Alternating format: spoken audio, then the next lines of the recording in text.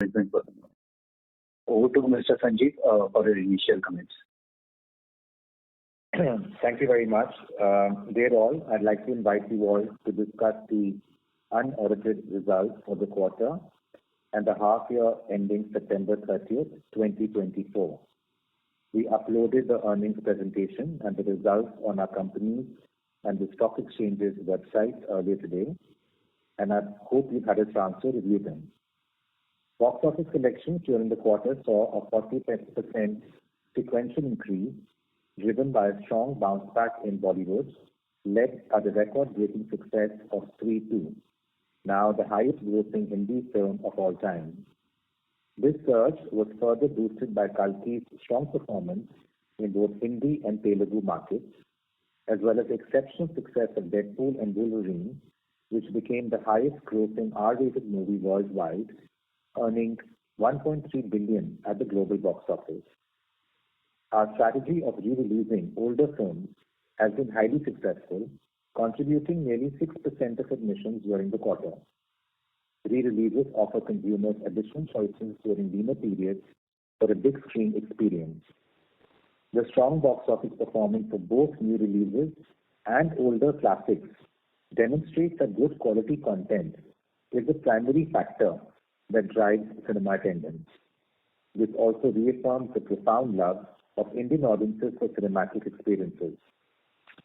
We celebrated the National Cinema Day on 20th September, which saw an overwhelming response.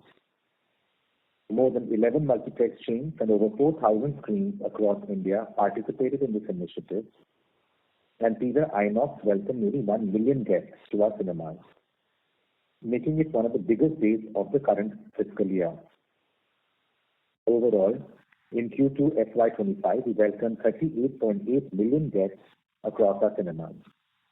In terms of the financial results for the quarter, the following numbers are after adjusting for the impact of Ind AS 116 on lease accounting. Total revenue for the quarter was 1,642 crores, EBITDA 207 crores, and PAT was at 22 crores, as compared to a revenue of 2,020 crores, EBITDA of 447 crores, and a PAT of 207 crores in the same period last year.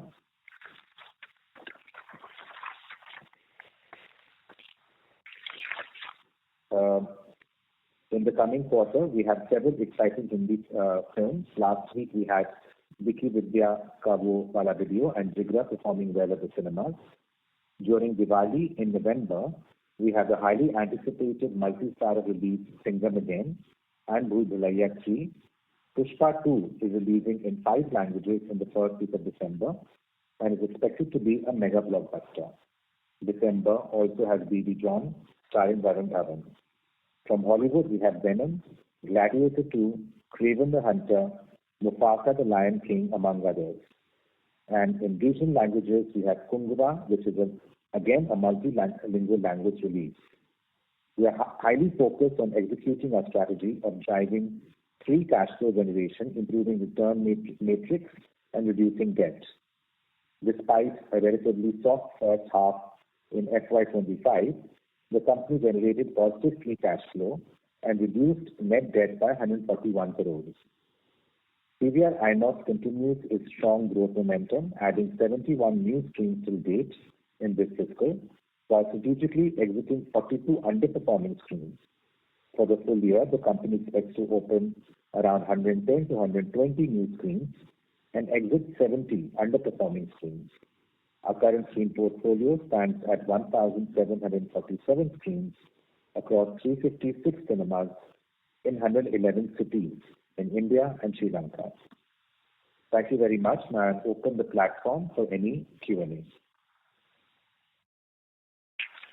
Thank you.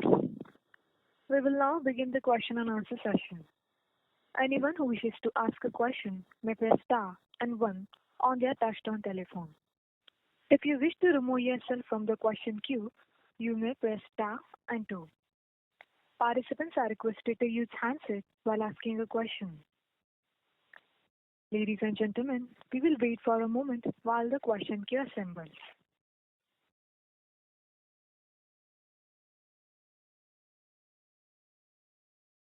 The first question is from the line of Avnish Roy from Nuvama Wealth. Please go ahead.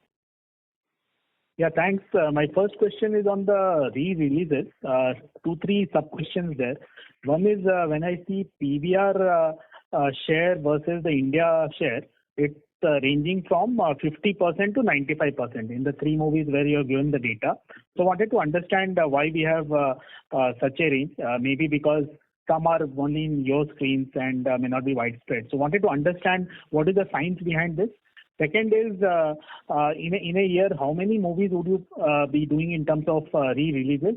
For example, October month, again, the current month, Bollywood scheduling seems again quite weak. So are you planning some re-releases again right now? Third is, in terms of variable cost, I understand you have got 6% admissions from re-releases. But in terms of variable cost and occupancy, if you could give some data, do you make good profits here, or it's more of a marketing exercise to increase the movie overall consumption habit as such?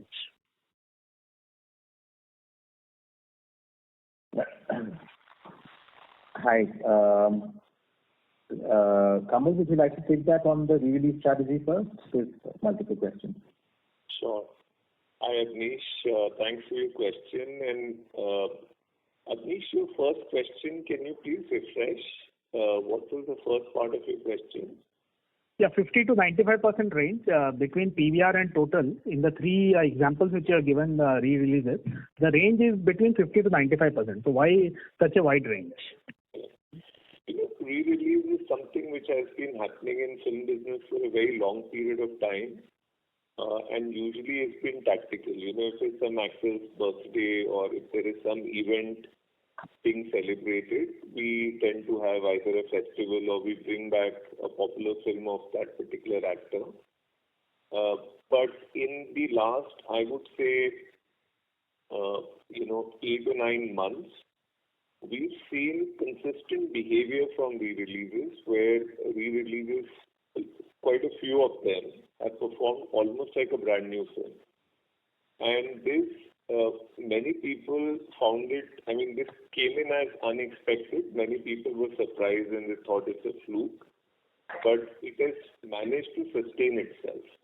And initially, because a lot of people didn't believe in the, sort of long-term sustainability of this new trend that was emerging, a lot of exhibitors were not participating in re-releases. And as you know, PVR INOX has always been, experimental. We've been more receptive. We like to sort of push the envelope a bit. So we sort of participated aggressively, and which is why the earlier releases, Rockstar, Love Story, Rehna Hai Tere Dil Mein, PVR INOX had a disproportionate contribution in the All India because it's pretty much released in the entire chain of PVR INOX. By the time Tumbat came out in late August, September, more exhibitors, sort of jumped onto the bandwagon, and therefore you see the contribution of PVR INOX in Tumbat has become more sort of closer to what a standard contribution is in the overall box office. So that's the answer to your first question. The second one was, I think, whether this is a sustainable thing or just a marketing, initiative. Given ATP is lower, and my sense is occupancy also would be lower. If you could tell us in terms of variable cost, would you be making money here in terms of if you take that into account? So without getting into specifics, it's a profitable initiative. You have to appreciate in our businesses, there are weeks which are lean in nature, and therefore, so the percentage occupancy that you do with the film is relative to the kind of period in which you're playing it, right? So we would not do a re-release in a week in which we've got 2 brand new films which are blockbuster, potentially a blockbuster category film. We would never do a re-release in that week. But in a week where we have soft releases or we have scarce releases, we will come out with a re-release. And therefore, in that context, with that background, if a re-release does good business, above the threshold admissions that we normally do, is profitable for us. at a variable level, it's able to give us the contribution, which helps us recover our overall fixed costs. What was your third question? Could you please repeat? Yeah, it was again related to this only. So who is doing the planning for this? For example, in October month again, Bollywood looks reasonably weak. So are there more movies planned in October month? Yes, we believe like the trend of South films being dubbed in Hindi, which has become like a sustainable practice or sustainable trend, which is doing very handsome numbers. We believe the trend of re-releases is here to stay. We've got internally people who are constantly looking at opportunities, and not all re-releases do well at the box office. So you also have to curate content. You also have to be careful. So we have a lot of people internally who are working at these gaps and opportunities. But at the same time, we also keep getting a lot of initiatives from the production houses. A lot of producers keep approaching us. For example, Khosla Ka Ghosla, which is releasing on 18th. We were approached by the producer, and of course, we depend on the producers for logistics, prints, availability of sensors, and all of those things. So therefore, producers' interest in a re-release is also extremely important. So in many cases, we also get approached by producers. So it's a bit of both. Like we do a lot of internal planning, but producers also similarly take a lot of initiative. Sure. My second and last question will be on Q3. Last year, Q2 was extremely strong, and you have expressed optimism that maybe Q3 will also be quite close to it. Given how October month is looking a bit weak on the Hindi movie side, is your expectation a bit on the optimistic side, given we'll have 2 months largely to overcome the very strong Q2? Well, looking at the lineup and looking at the line of sight in terms of films, we are confident November and December will do smash hit numbers. We don't want to get into specifics for these numbers, and I'm not trying to compare Q3 of this year with Q2 of last year. But suffice to say that November and December will do very strong numbers. In October, we are still in the middle of October. Venom is, another film which is keenly awaited. We expect Q3 to be quite robust. It'll probably be the best quarter in this. Most likely it'll be the best quarter in this financial year. So thanks. That's all from my side. Thank you. The next question is from the line of Jinesh Joshi from PL Capital. Please go ahead. Thanks for the opportunity. Sir, I have a bookkeeping question. So if I remember right, our contract with BMS ended some time back, and now I believe the convenience income is variable in nature, and ideally it should move in tandem with the box office performance, if I'm not mistaken. Now, in this quarter, we saw a 25% fall on a YY basis in our net box office collection, but the convenience income was down by only 5%. So, has there been any revision in rates with BMS this time around? Hi, Dinesh. This is Gaurav here. Let me take that question. The BMS contract was renewed last year itself, and we have a 4-year term with BMS, and that will expire by 2027. 5% drop in convenience fee as compared to 25% drop in box office is seen because during the quarter what had happened was PTM has sold their ticketing business to Zomato.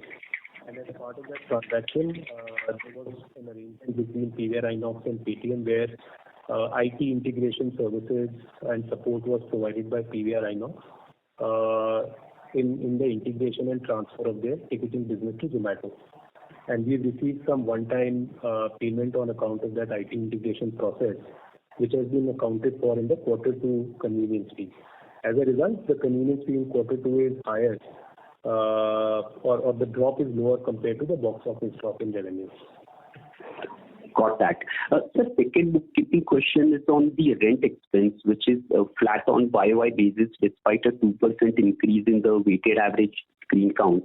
So if you can share the reason behind it, and also our film hire cost is down on YY basis.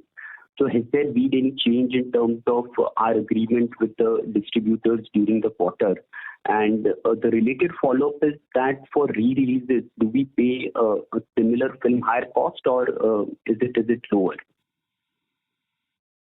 On the film hire terms, there is no change in the contract terms. The drop compared to last year's quarter 2 we were seeing before is because of the revenue share that got triggered in both rentals as well as film hire charges last year. Sorry, only on the rentals, but in film hire charges last year in quarter 2 there were films which did very well, so we had to pay out some bonuses.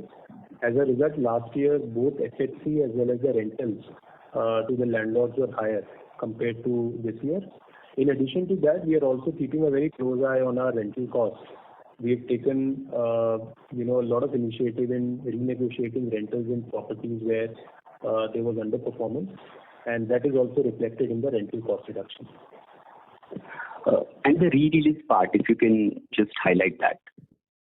So on the re-releases, I think Kamal had mentioned earlier, without getting into specific details, the film hire charges that we pay to the producers on older films that are re-released are lower compared to what we pay for a newer film. And therefore, the gross margins there is higher. But at the same time, the average ticket price is also lower. While in terms of percentage gross margin, it is higher, but maybe comparable in terms of absolute value. Understood. Sir, one last question from my side. I think sometime back there was some news article in the media which stated that the Tamil Film Producers Association has called for a temporary halt on all film-related activities from November 1. Any idea whether this will be implemented, or you expect some kind of a solution to be figured out by then? It turned out to be a media speculation. No such halt to the production has taken place in Tamil Nadu. Films are being produced and being shot at the regular pace. So it was just pure media speculation. Understood. Thank you so much, sir, and all the best for Q3.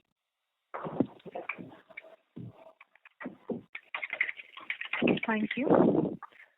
The next question is from the line of Abhishek Kumar from JM Financial. Please go ahead. Yeah, hi. Good afternoon, and thanks for taking my question. See, this quarter in many ways, represent a typical probably period for us, where a couple of months were very strong, 1 month was relatively soft. We did reruns, etc. And still, after all that, the occupancy, for the quarter was 25.7%. So is that the new normal that we should look at in the movie exhibition business? Because obviously we can't expect, every quarter to be like Q2 of last year or Q3 of this year. So just your view on, what should be the new normal for occupancy, and if it has to go up on a sustainable basis, what would it take, for the occupancies to move up? Kamal, you would like to take that? Sure. So, firstly, in terms of occupancy percentage, we hope, and all the effort the entire PVR INOX team puts is in the direction of raising this occupancy, improving this occupancy percentage. So, while it's a good percentage, it's something which, especially given the backdrop of COVID, we've come a long way. But we believe there is a lot of headroom to grow, and we are not sort of, pausing and being satisfied with this percentage. The reason I say there is headroom to grow is because post-COVID, the back-end, the production side of our business was, I won't say disrupted. Disrupted is a strong word, but it was definitely disturbed. A lot of producers who were regularly churning out films took a pause, and a lot of people went into that zone where they became quite unsure whether they should make, A film or B film or a C film. And there was a lot of sort of the green lighting process went through a lot of churn because the consumer taste was changing, box office had become more unpredictable.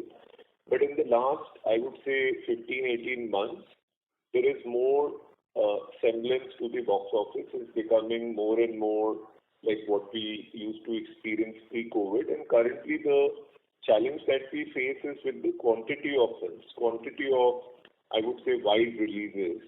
But in terms of quality, in terms of admission per film, we are pretty much back at 2019 levels. So in terms of, audiences coming and patronizing films of their choice, we are back to 2019 level. And therefore, producers are very confident.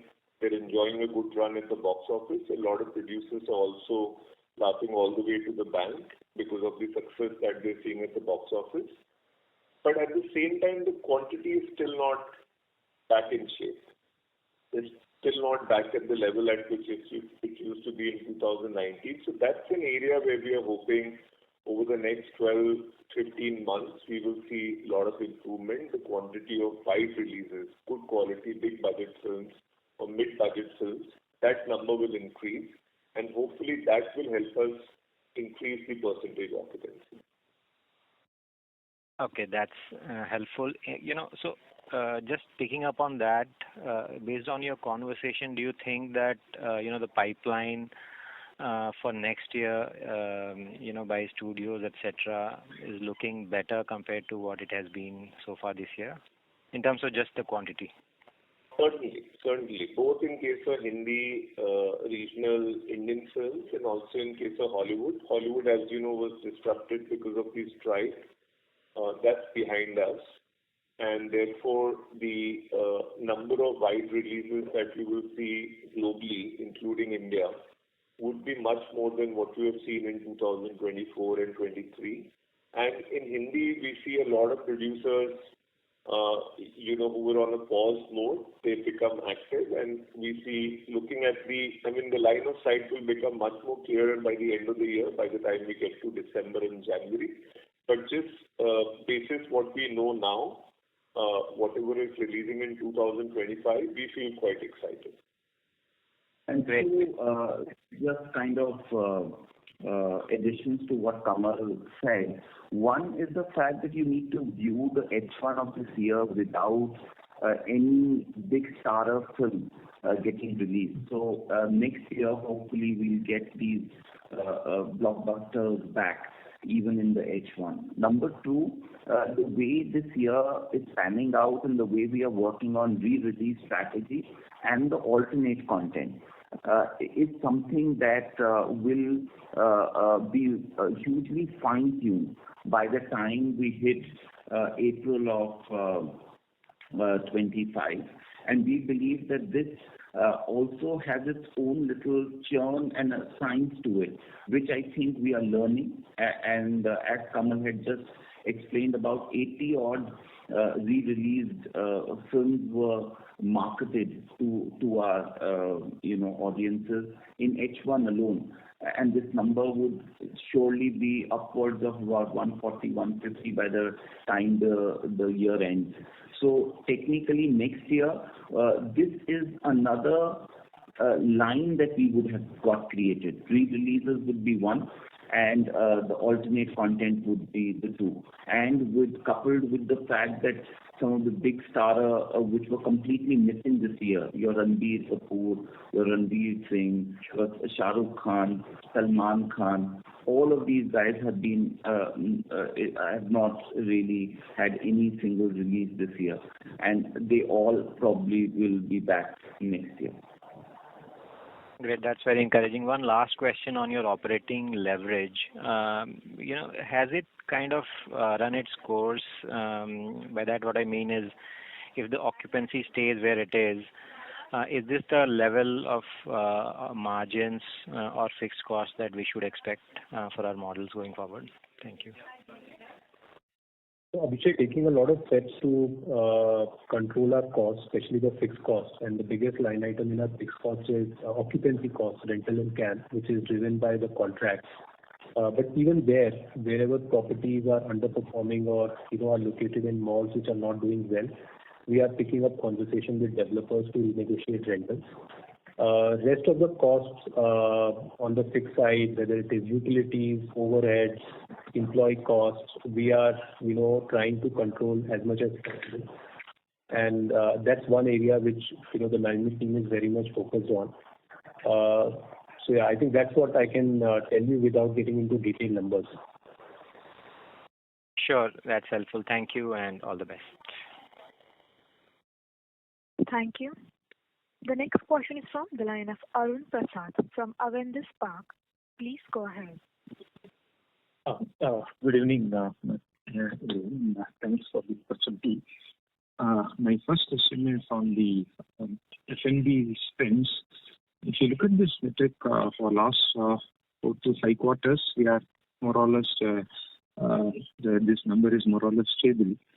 So have we reached kind of a maximum that we can extract out of the footfalls without the price increase? Is it from here the way forward is to only the price increase, or how we should think about it on this line item? No, there is a long way to go still. We believe that our SPH has a huge headroom to grow. The H1 really, you're right, has been a bit staggered in terms of when you compare it with last year, but there are reasons around it.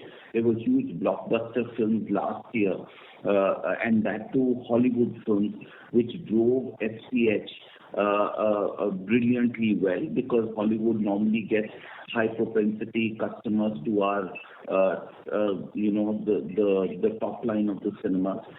So because of Hollywood films, because of the fact that we have had muted ATPs, SPH has largely been in line with that. Apart from that, we've also done Cinemas Lovers Day, which is also brings down the SPH drastically for that month, because roughly about 10% of the total month's footfall hits the cinemas on one day. So having said that, we believe that there's a huge headroom. There's a lot of innovation that is happening. We are also looking at different formats within F&B to be able to take the group forward. But this year, clearly, given the fact that last year we grew fairly sharply, there will be a little bit of a pressure on SPH, but come next year, I think this will really explode. Okay, understood. Fair enough. And secondly, we spoke about the closing of the non-performing screens. Can you help us understand? Obviously, we will be closing only if, say, obviously for the malls which are deliberated, you will be closing no matter what is the rental is. But in those cases where the closure is because of the mall is good, but you close it because of the non-performance, that part of the operation is closure is done, or still it is an ongoing process? So I think the strategy on the closure of underperforming screens is mainly, because we are a mature company with almost 20-25 years of operations. A lot of cinemas are now, which were open maybe 15-20 years back, are located in malls which have lived their life. So as a regular process, we will evaluate our entire portfolio every year, and we will.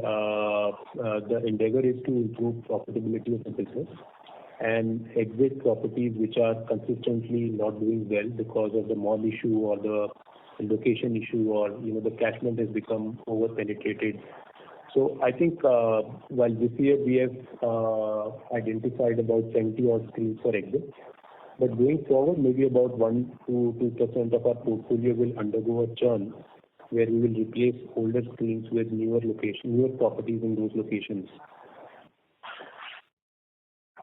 Okay. Actually, what I was trying to understand is what percentage of our, say, underperforming screens is yet to be renegotiated for any rentals, if other than the mall, there is a closure of the mall, or other than the location issues? And I mean, apart from that, is there any scope? We have, say, still some 30-40% of properties which is not yet renegotiated, but that will lead to a better rental cost control going forward. That kind of a commentary, can you just give some understanding for us?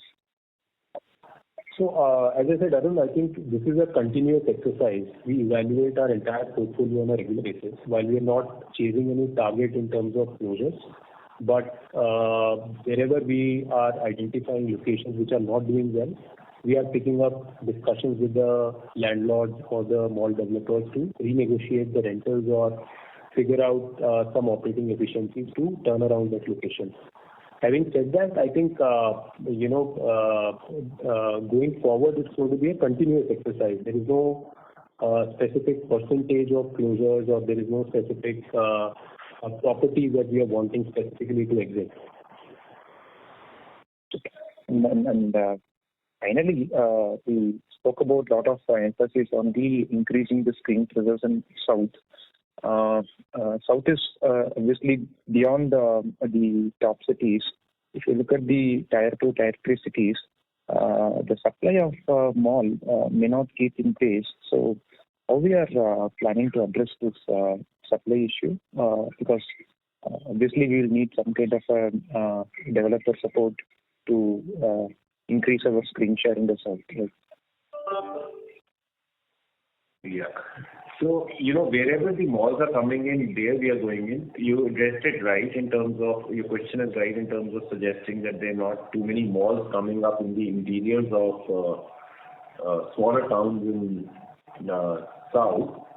But this is changing very fast, from Cuddalore to other small cities like Tirunelveli. Many small cities in South are now coming up with shopping centers or malls which are housing cinemas.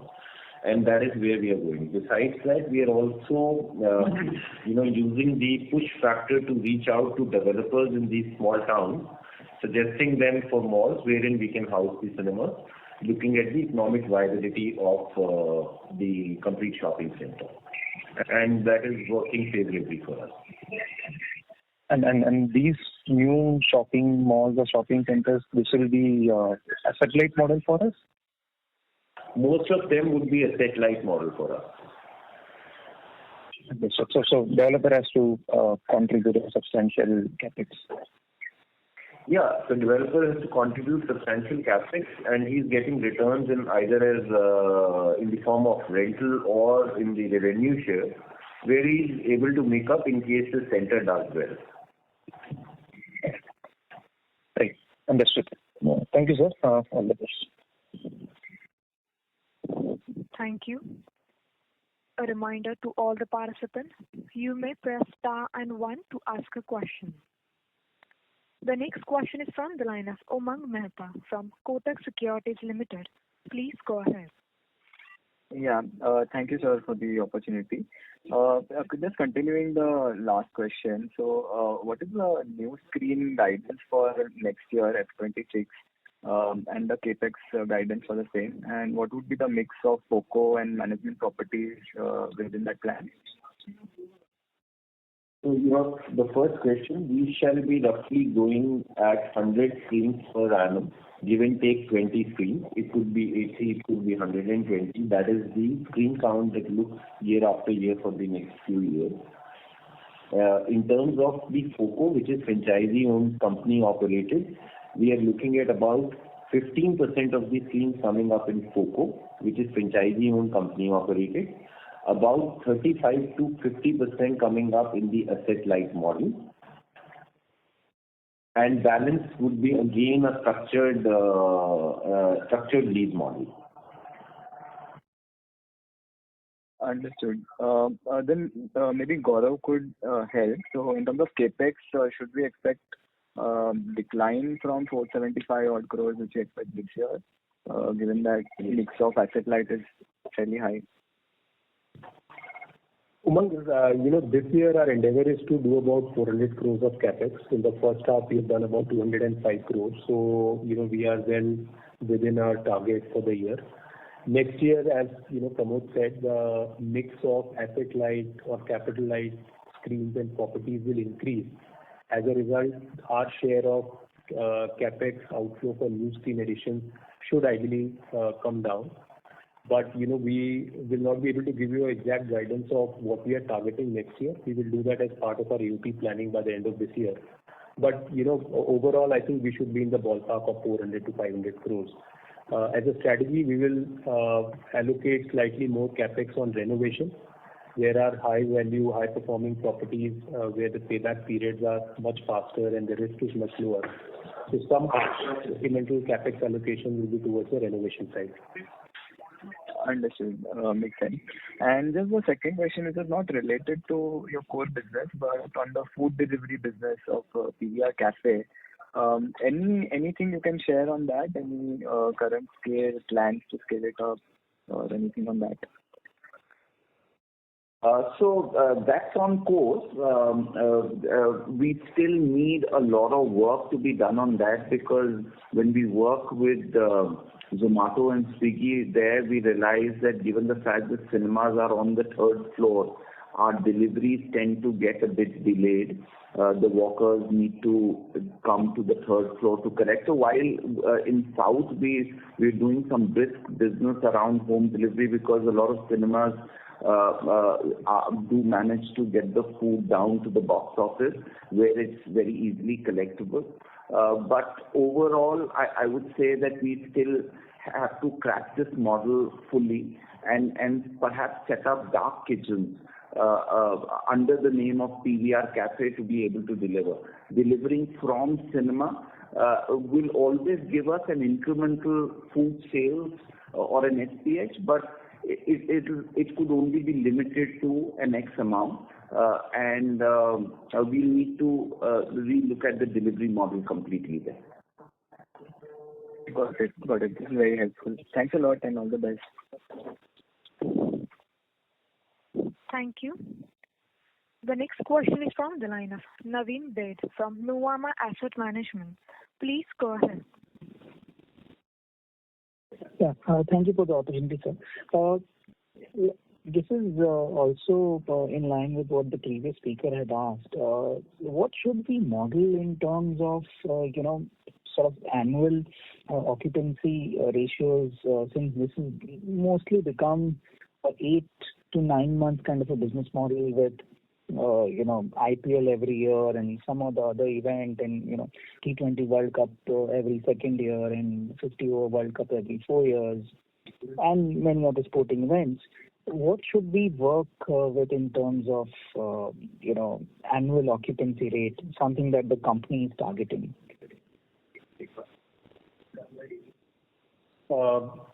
We're not targeting any annual occupancy rate because it's very difficult in our business to say how the films will perform. It's also dependent on suppliers' films and their performance.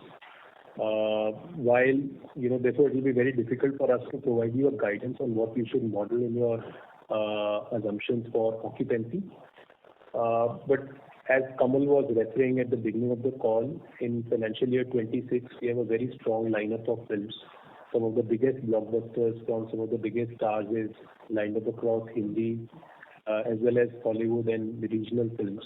So on the basis of lineup, I think our feeling is that next year could be possibly a very strong year in terms of occupancy levels.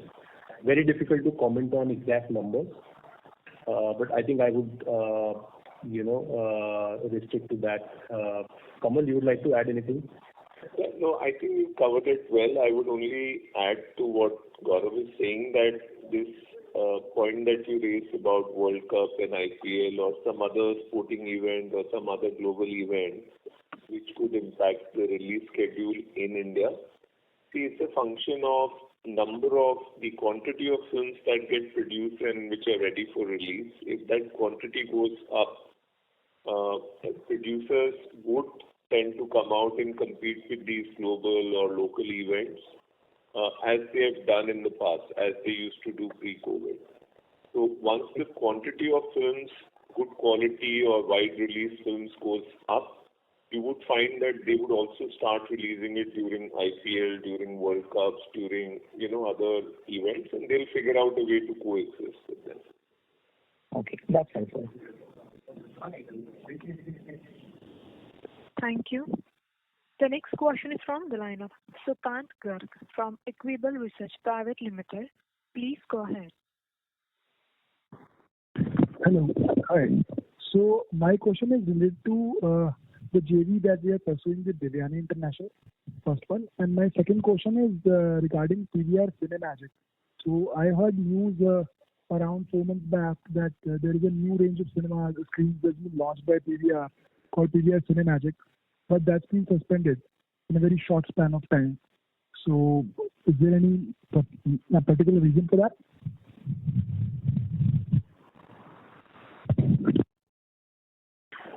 Sorry, can you repeat your question on the food court? What exactly you're seeking?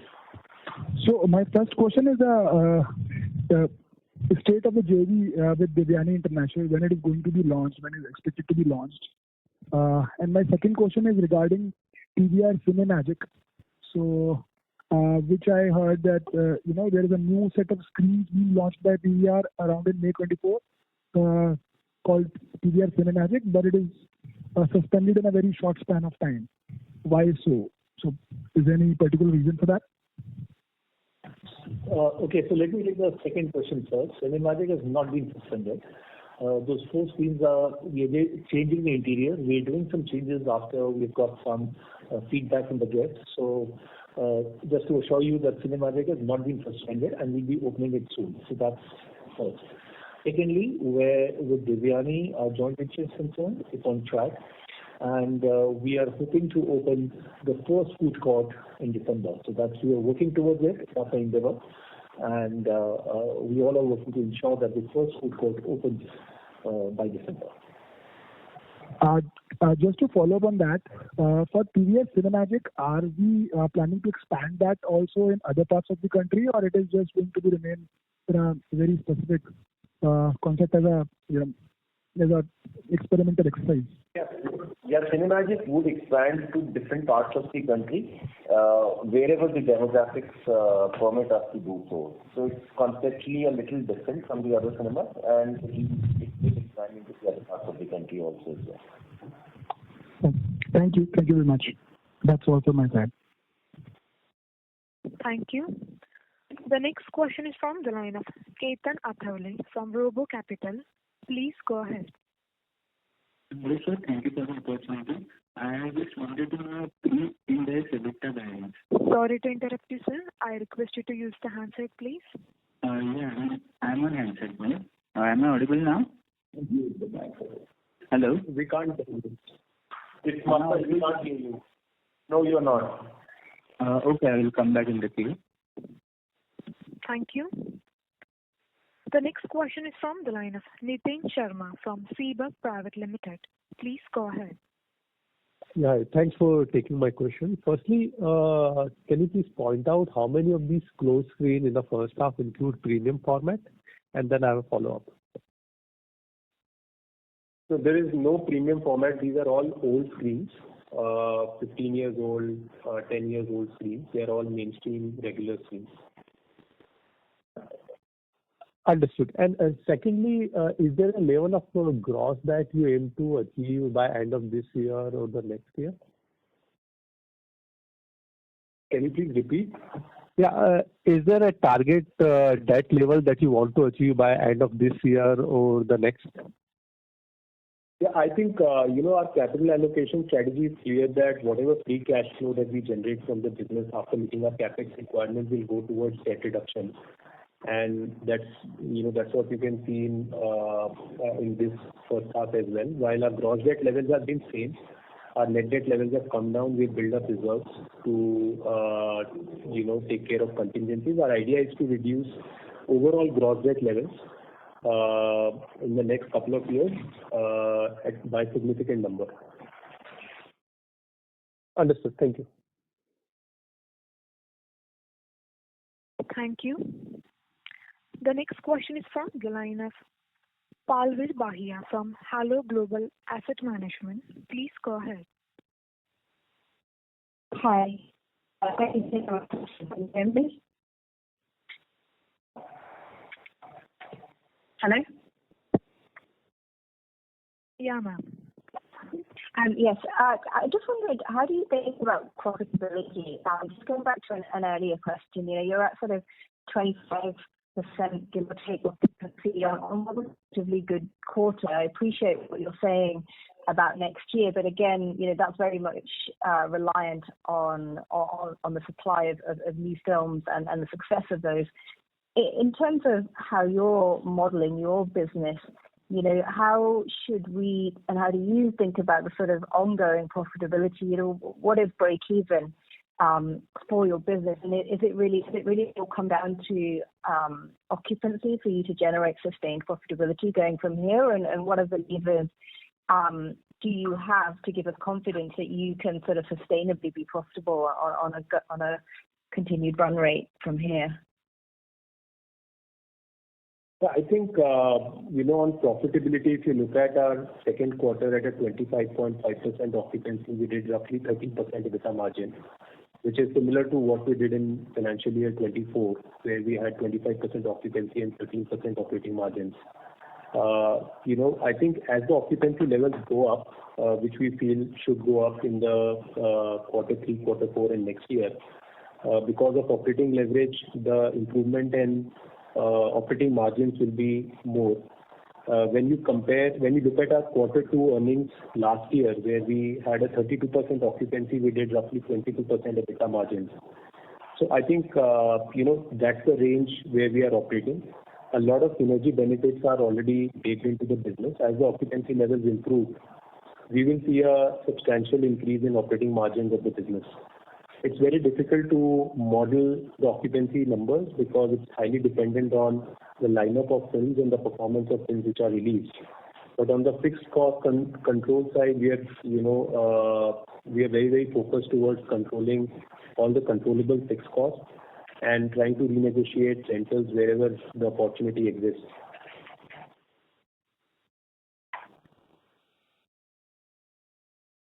Okay, thank you. It's difficult as analysts to try and just put in an occupancy number which is higher given the trend at the moment. I appreciate we've had a lot of disruptions, COVID, the election, but now there's still a lot of hope. It's why I think we're getting a lot of questions on this.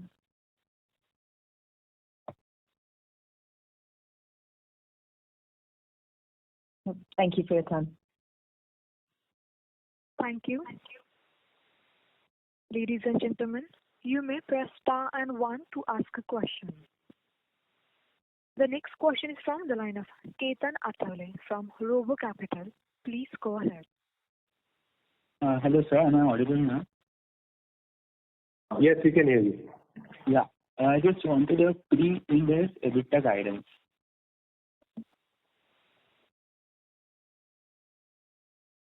Sorry, can you repeat? I just wanted your pre-Ind AS EBITDA guidance. Sorry, Ketan, we don't provide guidance on EBITDA numbers. So I don't think we'll be able to, address that question. Okay. Thank you. Thank you. Ladies and gentlemen, we'll take this as the last question. I would now like to hand over the conference to the management for closing comments. Thank you so much, everyone, for joining this call. I really appreciate your time.